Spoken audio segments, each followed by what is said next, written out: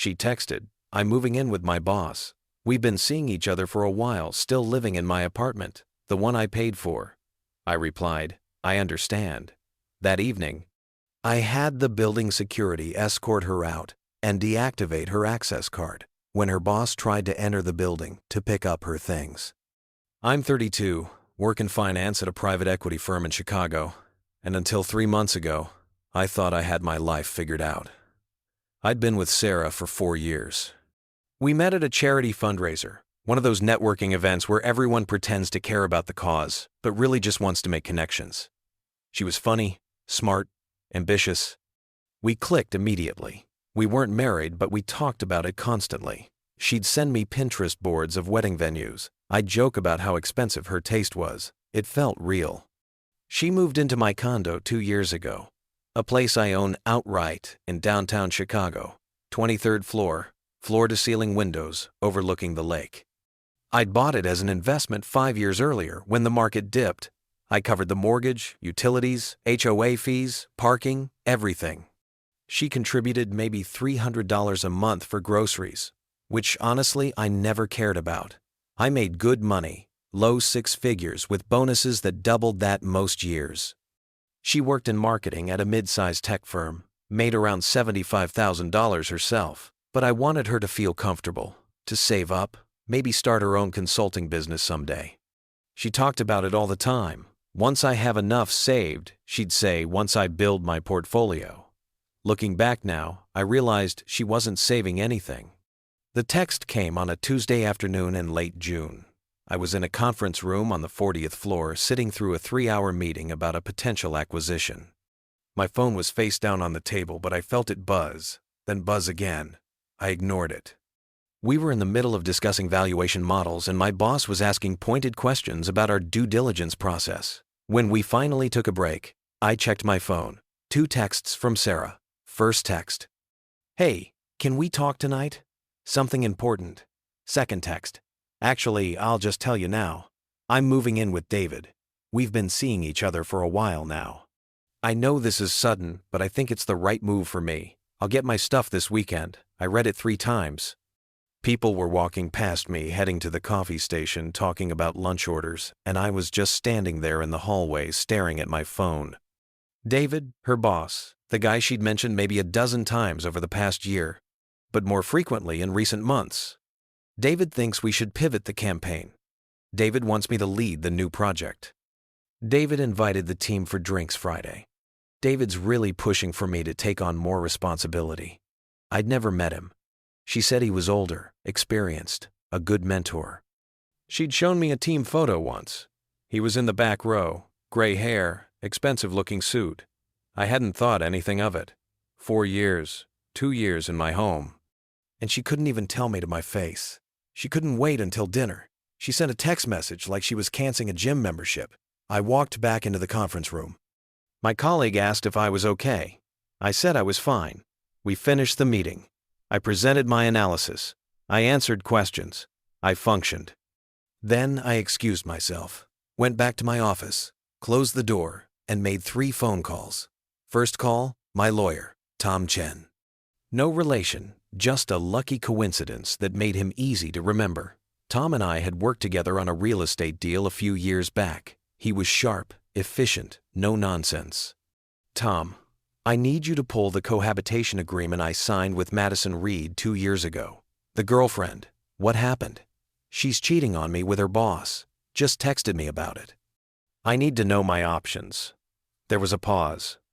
"Jake, I'm sorry. Give me 20 minutes. I'll review the document and call you back." Second call. Building management. My condo building has 24-hour concierge service, security, the whole deal. I pay $800 a month in HOA fees specifically for this kind of service. "Hi, this is Ethan Cole, in Unit 2304. I need to speak with someone about security protocols for my unit." They transferred me to Marcus Hayes, the head of security. I talked to him a few times. Nice guy, former Marine. Took his job seriously. "Marcus Hayes, I have a situation. My girlfriend is moving out today. She doesn't know it yet, but she's moving out today. I need her key card deactivated, and I need someone present when she comes to collect her things. Domestic situation, cheating situation, no violence, no threats.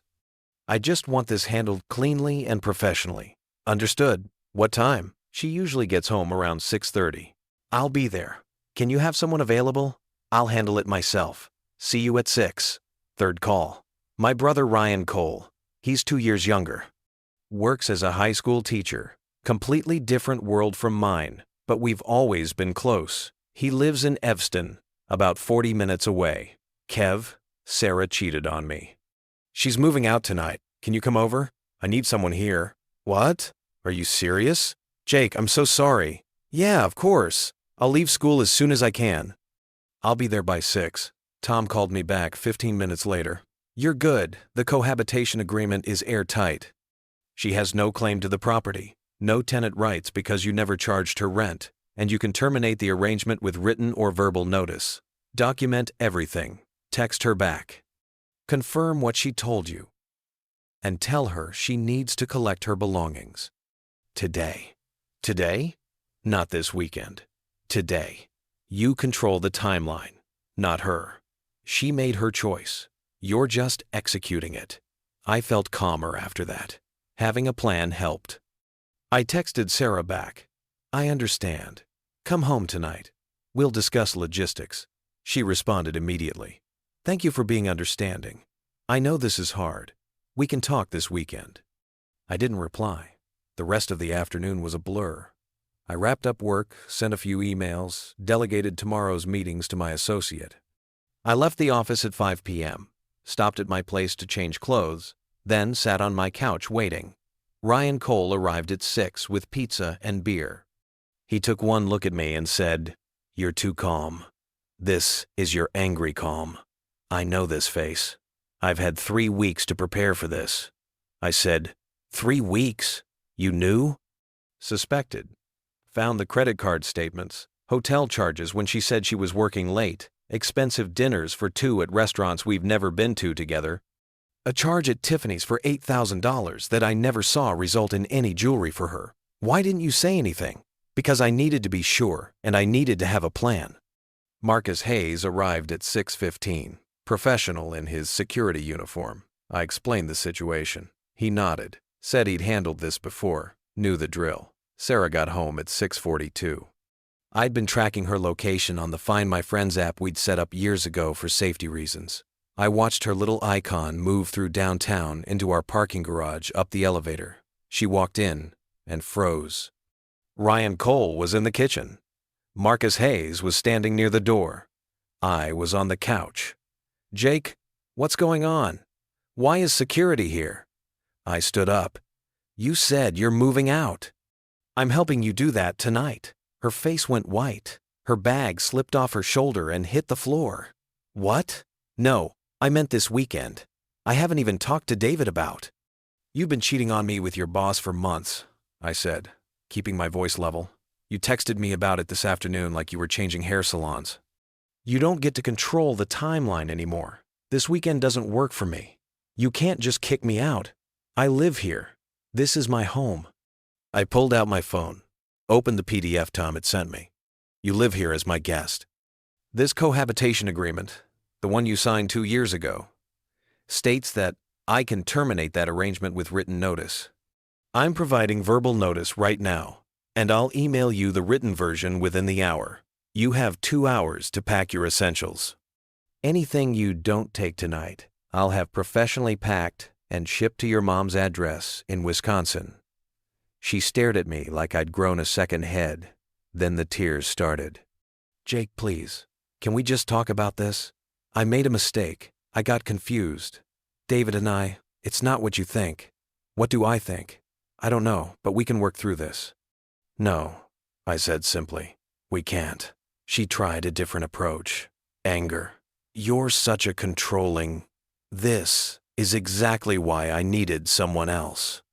You always have to have everything your way, everything planned out, everything perfect. Ryan Cole stepped forward. Sarah, stop. You cheated. You don't get to make him the bad guy here. She whirled on him. Stay out of this, Ryan Cole. This doesn't concern you. He's my brother. It concerns me. Marcus Hayes cleared his throat. Mitchell, I suggest you start packing. You have 2 hours. She looked at all of us, me, Ryan Cole, Marcus Hayes, and seemed to realize this was actually happening. She pulled out her phone and made a call. I heard her side of the conversation. David, it's me. I need you to come get me. No, tonight he's kicking me out. I don't know. Can you please just come? I need you right now. She hung up and looked at me with something like triumph. David's coming. He'll help me. Great, I said. Tell him to wait in the lobby. She started packing. Ryan Cole helped carry boxes from the storage closet. I sat on the couch and watched. Every item she put in a suitcase was something I'd bought, or we'd bought together. The sheets, the towels, the kitchen stuff. I realized I'd have to replace most of my apartment's contents. She kept trying to talk to me, apologizing, then getting angry, then apologizing again. How long have you known? Were you spying on me? Did you hire a private investigator? Credit card statements. I said, you use the card I gave you for emergencies. Hotels aren't emergencies. Her face flushed red. I forgot that was connected to your account. Clearly, David showed up 53 minutes later. I watched on the building security app as he walked into the lobby, all confidence and expensive suit at 8 p.m. on a Tuesday. He approached Marcus Hayes at the security desk. I'm here for Madison Reed, Unit 234. Marcus Hayes checked his tablet. I don't have you listed as an approved visitor for that unit. I'm her boyfriend. She needs help with her things. Then you can wait in the lobby. The resident will send Miss Mitchell down when she's ready. I watched David's face change on the camera feed. He wasn't used to being told no. Do you know who I am? No, sir, but I know you're not on the approved visitor list for Unit 2304. David started to argue. Marcus Hayes remained stone-faced. Eventually, David sat down in the lobby, pulling out his phone, typing furiously. Upstairs, Sarah's phone kept buzzing. She checked it, typed back, looked at me. David says, you're being unreasonable. He says he's calling his lawyer. He can call whoever he wants. He's not coming up here. She finished packing around 9:30. 3 large suitcases, 2 boxes, a bag of shoes. Ryan Cole helped carry everything to the elevator. Marcus Hayes accompanied them down.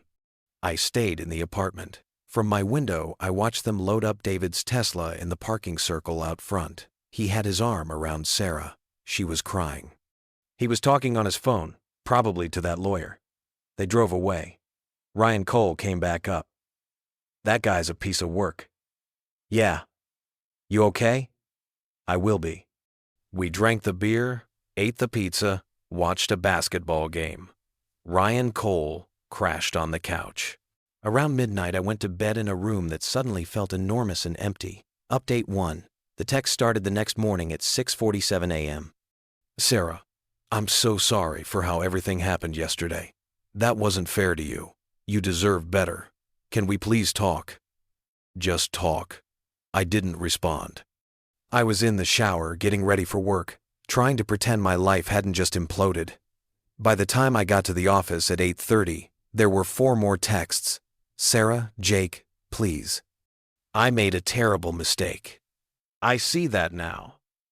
Sarah, David isn't who I thought he was. Sarah, can I at least come get my grandmother's necklace? You know how much that means to me. Sarah, please don't ignore me. I forwarded all the messages to Tom. He replied, don't engage. If she needs belongings, she can arrange it through me, but the necklace thing got to me. It was a real thing. Her grandmother's necklace, gold with a small emerald, maybe worth $2,000, but priceless in sentimental value. I checked the bedroom. It was still in her jewelry box in the closet. I had it professionally packaged and shipped to her mom's address in Wisconsin. Signature required. Cost me $85 for rush shipping and insurance. I texted her the tracking number, nothing else. She called immediately. I didn't answer. She texted, thank you. I'm sorry. I'm so sorry. Thursday, the text turned angry. Sarah, You humiliated me in front of your brother and the building staff. My friends think you're crazy.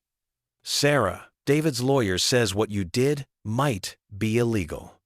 You can't just throw someone out with no notice. I forwarded her the cohabitation agreement and the relevant Illinois tenant law statute. Didn't add any commentary, just the documents. Friday afternoon, I got a call from an unknown number. Normally, I don't answer those, but something made me pick up. Is this Ethan Cole? Yes, this is Patricia Hartley, Richard Grant's wife. I think we need to talk. My brain stuttered. His wife? Yes, my husband's wife. I believe he's currently involved with your ex-girlfriend. Are you free for coffee tomorrow? We met Saturday morning at a cafe in Lincoln Park. Neutral territory. Patricia was elegant, probably mid-40s, wearing a cream-colored blazer and pearls. She looked like someone who ran charity galas and served on museum boards. She probably did. Thank you for meeting me, she said, stirring her coffee. I imagine this week has been difficult for you. You could say that. She pulled out an iPad, opened a folder, turned it toward me. Credit card statements, hotel receipts, screenshots of text messages. David has done this before, 3 times that I know of, possibly more. Always younger women who work for him. It usually lasts 6 to 8 months. He tells them we're separated, that the divorce is complicated because of our business interests, that he loves them but needs time to handle things properly. I felt sick. Sarah doesn't know you exist. Oh, I'm sure she knows I exist. I'm sure he's told her we're separated. Technically, we are now. I filed for divorce Tuesday morning, but we weren't separated when their relationship started. We weren't even having problems, or at least I didn't think we were. How did you find out? A credit card charge at a hotel in the city when he was supposed to be at a conference in Boston. I called the hotel. He'd checked in with a guest. I hired a private investigator, got photos, got proof. She closed the iPad. My lawyer will be subpoenaing your ex-girlfriend as a witness, not as a defendant. David is the defendant. But her testimony about the relationship, about what he told her, will be very valuable in court. Why are you telling me this? Because I wanted you to know that you handled this correctly. You cut her off cleanly, decisively. What she's about to experience with David, it won't be what she's expecting. He's losing the house. Majority stake in his business, probably his Tesla. And when men like David lose their money and their status, they show their true colors. Update 2. Patricia was right. 2 weeks after the coffee meeting, Sarah called me at 11 p.m. on a Thursday. I'd blocked her number, but she called from a different phone. I didn't recognize the number, so I answered. Jake. Her voice was wrecked. She'd been crying hard.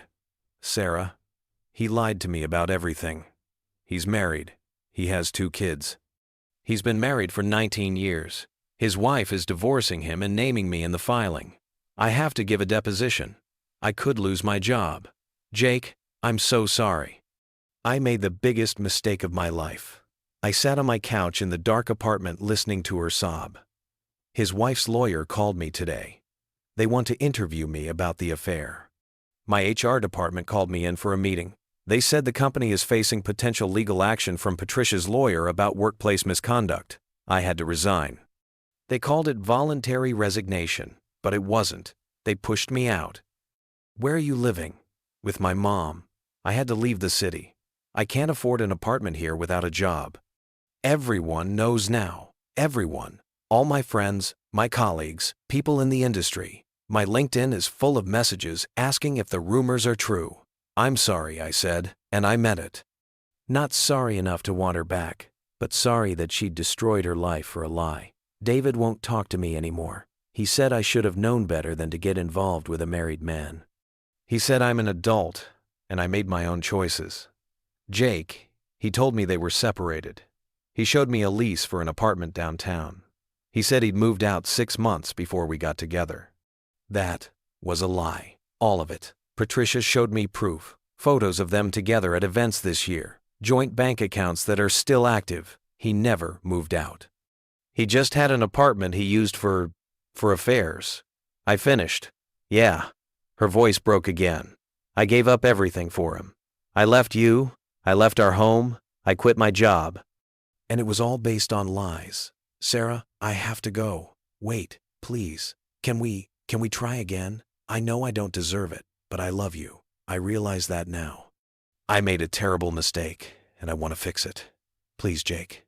Please give me another chance. The old me. The me from 2 months ago might have considered it, might have let the guilt and the history and the 4 years together sway me, but I'd spent 2 months rebuilding, going to therapy, processing, understanding that what Sarah did wasn't just a mistake. It was a choice, a series of choices. Every hotel room, every lie about working late, every moment she chose him over me. No, I said quietly. We can't. She was still crying when I hung up. I blocked that number too. Final update. It's been 3 months since that Tuesday text. It's September now. The weather is getting cooler. I'm starting to enjoy fall again, instead of just associating it with the worst summer of my life. Sarah is still living with her mom in Wisconsin. I know this because Tom told me she's still technically involved in Patricia's divorce proceedings and there's been some correspondence. She hasn't found a new job yet. The marketing world in Chicago isn't that big and word spreads. Not because I said anything I haven't, but because people talk. Office affairs involving the boss tend to become public knowledge. David's divorce was finalized last month. He lost the house in Lake Forest, his majority stake in the marketing firm. And according to Patricia's last email, he's living in a 1-bedroom apartment in a building far less nice than mine. The Tesla is gone. Patricia got it in the settlement. I ran into one of Sarah's former co-workers at a bar 2 weeks ago.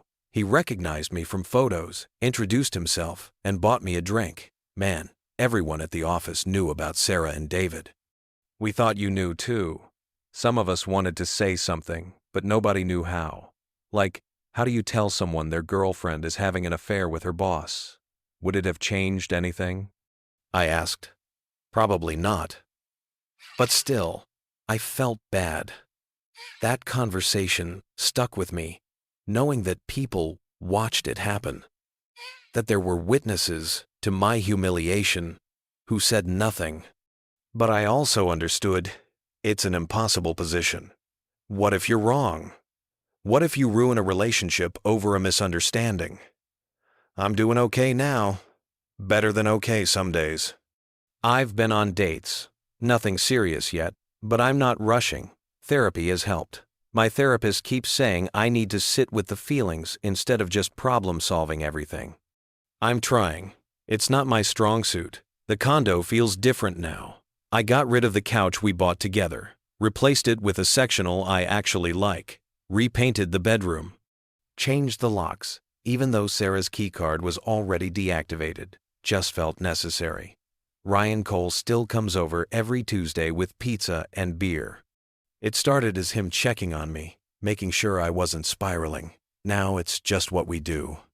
We watch basketball, talk about his students, complain about our parents asking when we're going to settle down. It's nice.